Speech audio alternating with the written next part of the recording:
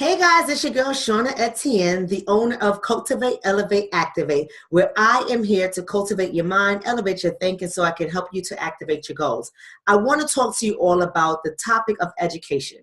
As we know, over the course of time, and even recently, there has been a number of racially charged events between students and teachers.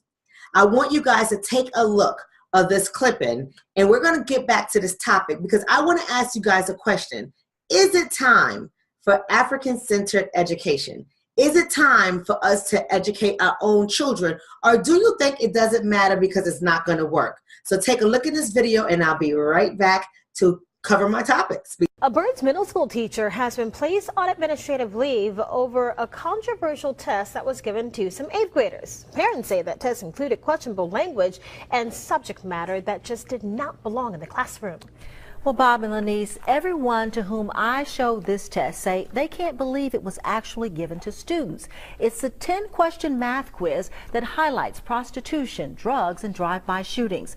I talked to parents and several students who confirmed they were given the quiz on Friday. Some of the kids thought it was kind of funny, but their parents aren't laughing. But first, a teacher under fire with what some are calling an outrageous lesson on slavery. This lesson played out inside a classroom at MS 118 in the Bronx. The teacher reportedly singling out black students, forcing them to lie on the ground, even stepping on a student in order to teach what being a slave feels like. According to the Daily News, middle school 118 teacher Patricia Cummings had several black students lie face down on the floor and at one point even stepped on at least one of their backs, saying, quote, "How does it feel? See how it feels to be a slave." Next to a high school principal from Georgia under fire tonight. At the end of the school's graduation ceremony, she made comments that sent the whole audience into chaos, many finding them to be racially insensitive. Tonight, she has apologized, but that hasn't stopped the controversy. Here's ABC's David Wright. You people are being so rude to not listen to this speech. Gorduke visibly upset as she watches people leave. Look who's leaving, all the black people. Did you hear that? The principal lashing out in what many described as a racist outburst. Listen again. Look who's leaving, all the black people. 12th grader Diamond Levy was playing a song on her phone during a class project when she says the teacher used the N-word. Turn that end song off. And I looked up because I was singing. I didn't think I heard it. I didn't think like maybe she didn't say that. So I looked up and I looked at Genesis and Genesis looked at me and was like, she said that. Levy said she couldn't believe a teacher would use that language. The only thing that came out of my mouth was, I can't believe she just said that. It's a slur at this point. Like, it's not just a word. It's not just a term. It's a racial slur that causes pain. It stings when it's said. Shanita Morrow, Diamond's mom, says she works hard to keep her kids in Hoover schools. Hoover City School is one of the greatest schools in Alabama, especially in this area. It is absolutely unbelievable that in 2018, these kind of incidents are still occurring in the American public school education system. That is bothersome and it is troublesome. But many people feel that taking your child out of a public school and sending them to an Afrocentric education won't work. Whereas others believe that it is going to be effective. It is effective and it does work. I've read recently several articles that says that there are a number of Afrocentric schools that are failing in our community. The question is why? When children are in grade levels, K to 8th grade, it is better that they are educated by their own people.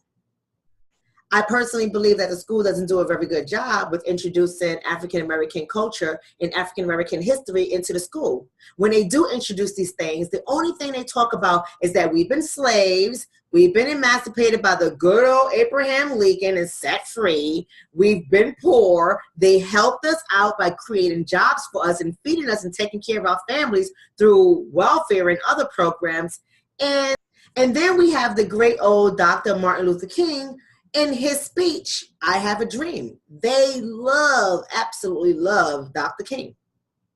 But what about educating our children?